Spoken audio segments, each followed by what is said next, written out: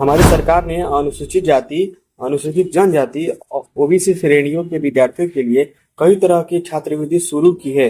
दरअसल स्कॉलरशिप के माध्यम से छात्रों की शिक्षा पूरी करने के लिए मदद की जाती है। ऐसे विद्यार्थी जो एसटी, एससी, ओबीसी वर्ग के संबंध रखते हैं और आर्थिक रूप से कमजोर है, तो वे सब सरकार से अपनी पढ़ाई के लिए वित्तीय सहायता प्राप्त कर सकते हैं। इसका यह फायदा होता है कि कमजोर वर्गों के छात्रों को गुणवत्तापूर्ण और उच्च शिक्षा मिल पाती है। अगर आप भी एससी, एसटी, ओबीसी स्कॉलरशिप का लाभ उठाना चाहते हैं तो इसके लिए आपको आवेदन देना होगा।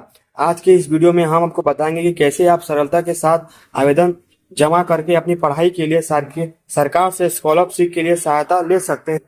तो आइए जानते हैं वो कैसे आपको स्कॉलरशिप मिलेगा। तो स्कॉलरशिप को हमारी भारत सरकार द्वारा आरंभ किया गया है, जिसके माध्यम से अनुसूचित जाति, अनुसूचित जनजाति और अन्य पिछड़ा वर्ग के छात्रों को शिक्षा से संबंधित मदद की जाती है। बताते चले कि इन सभी श्रेणियों के विद्यार्थी आमतौर पर काफी दयनीय स्थिति में होते हैं। इस वजह से अक्सर ऐसा होता है कि छात्रों को अपनी शिक्षा अधूरी छोड़नी पड़ जाती है, लेकिन सरकार ने अब इसका हल निकाला है। अब एससी, एसटी, ओबीसी स्कॉलरशिप के माध्यम से पढ़ाई के लिए मदद की जाती है। इस स्कॉलरशिप योजना के माध्यम से पात्रता रखने वाले विद्यार्थियों को सालाना 48,000 रुपये तक वित्तीय प्रदान की जाती है। तो अब जानते हैं कि एसटी, एससी और ओबीसी स्कॉलरशिप का इसका उद्देश्य क्या है। तो इस छात्रवृत्ति के माध्यम से हमारे सरकार का मुख्य उद्देश्य है कि आर्थिक रूप से कमजोर विद्यार्थी को शिक्षा हेतु मदद प्रदान करना। इसके लिए ऐसे विद्यार्थी की मदद की जाती है जो किसी शिक्षा संस्थान में पढ़ाई कर रहे, स्कॉलरशिप का पैसा प्राप्त करके गरीबी विद्यार्थी अपनी पढ़ाई को बिना किसी बाधा के रूप में पूरा कर सकते हैं। इस तरह से कमजोर वर्ग के छात्र सरकार से वित्तीय मदद प्राप्त करके उच्च शिक्षा हासिल कर सकते हैं। अच्छी शिक्षा प्राप्त करने के बाद छात्रों के सामने अच्छा भविष्य के बहुत से विकल्प होते हैं। दरअसल पढ़े लिखे लोगों की अच्छी नौकरियां मिलती है, जिसके कारण व्यक्ति समाज में सम्मानजनक जीवन भी जी पाता है। तो आइए अब इसे जानते हैं कि इस स्कॉलरशिप के लाभ क्या क्या होने वाला है। तो ये यदि बात करें इस छात्रवृत्ति के मुख्य रूप से कौन कौन से फायदे हैं, तो इसके बारे में हमने पूरी जानकारी नीचे दी है, जो कि आपको मैं अभी यहाँ पर दिखाता हूँ। यहाँ आपको देखने को मिलेगा कमजोर वर्ग के छात्रों को हर साल 48,000 रुपये की वित्तीय सहायता दी जाती है, जिसका का पैसा प्राप्त करके छात्र अपनी पुस्तकें, ट्यूशन फी और दूसरे शिक्षा से संबंधित खर्चों को पूरा कर सकते हैं। गरीबी छात्रों के लिए यह एक सही स्कॉलरशिप योजना है, जो बिना किसी तनाव के इन्हें शिक्षा जारी रखने में सहायता करता है। इस स्कॉलरशिप के माध्यम से पुरुष और महिला दोनों ही विद्यार्थियों को लाभ दिया जाता है, इनका भविष्य उज्जवल बना सके। एसटी, एससी, ओबीसी छात्रवृत्ति के द्वारा सरकार का यह प्रयास है कि वंचित पृष्ठभूमि के विद्यार्थी को शिक्षा के क्षेत्र में सफल बनाने के लिए जरूरी सहायता की जाए।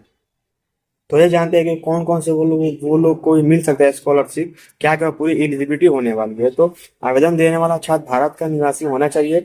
स्कॉलरशिप लेने के लिए छात्र का उम्र 30 साल से कम होना चाहिए, यानी 18 से आपका 30 वर्ष उम्र होना चाहिए। यह भी जरूरी है कि विद्यार्थी किसी मान्यता प्राप्त संस्थान से शिक्षा ले रहा है। छात्र ने अंतिम कक्षा में कम से कम 60% अंक हासिल किए होने चाहिए। विद्यार्थी अनिवार्य पर अनुसूचित जाति और जनजाति पिछड़ा वर्ग से होना चाहिए, मतलब कि एसटी, ठीक है, एससी और ओबीसी कैंडिडेट ही इसको ले सकते हैं। अब आइए जानते हैं कि आपके पास कौन कौन से जरूरी डॉक्यूमेंट्स होना चाहिए, दस्तावेज होने चाहिए। तो पहला है आधार कार्ड, छात्र का आयु प्रमाण पत्र यानी बर्थ सर्टिफिकेट, पैन कार्ड, जाति प्रमाण पत्र, शैक्षिक योग्यता प्रमाण पत्र यानी कि 10th और 12th का मार्क्स लगेगा, ग्रेजुएशन करे तो ग्रेजुएशन का सर्टिफिकेट लगेगा, बैंक का खाता लगेगा, आय प्रमाण पत्र, चालू मोबाइल नंबर लगेगा और पासपोर्ट आपका फोटो लगेगा। ठीक है फ्रेंड, अब आइए जानते हैं कि आपको आवेदन कैसे करना है, आपको ऑनलाइन एप्लीकेशन कैसे फॉर्म को फिलअप करना है। तो छात्रवृत्ति प्राप्त करने के लिए सबसे पहले आपको ना संबंधित स्कॉलरशिप के वेब पोर्टल पर चले जाना है। इसके बाद आपको होम पेज पर एक एससी, एसटी, ओबीसी स्कॉलरशिप का विकल्प चुनना होगा। आपको आपको दिए गए निर्देशों को, पात्रता को ध्यान से पढ़ना है और आवेदन पत्र को भरना आरंभ करना है। इसके बाद आपको सत्यापन हेतु अपने जरूरी दस्तावेज को स्कैन करके अपलोड करना है। एक बार अपने आवेदन फॉर्म की समीक्षा करने के बाद आपको सबमिट कर देना है। आगे आपको अपने आवेदन पत्र का प्रिंट अपने पास संभाल कर रख लेना है, क्योंकि आपको इसी की जरूरत पड़ सकती है। ठीक है फ्रेंड्स, मतलब कि आपको प्रिंट के तौर पे आपको निकाल लेना है। ठीक है, सो फ्रेंड अब बात करें उस स्कॉलरशिप के वेबसाइट का नाम है, तो गाइस वो स्कॉलरशिप का नाम है ना पोस्ट मैट्रिक।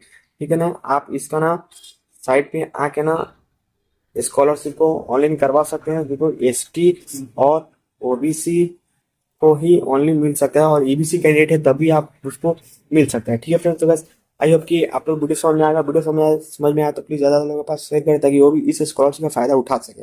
ठीक है, तो चलिए मिलते हैं किसी नए वीडियो में, तब तक के लिए thank you and Vande Mataram.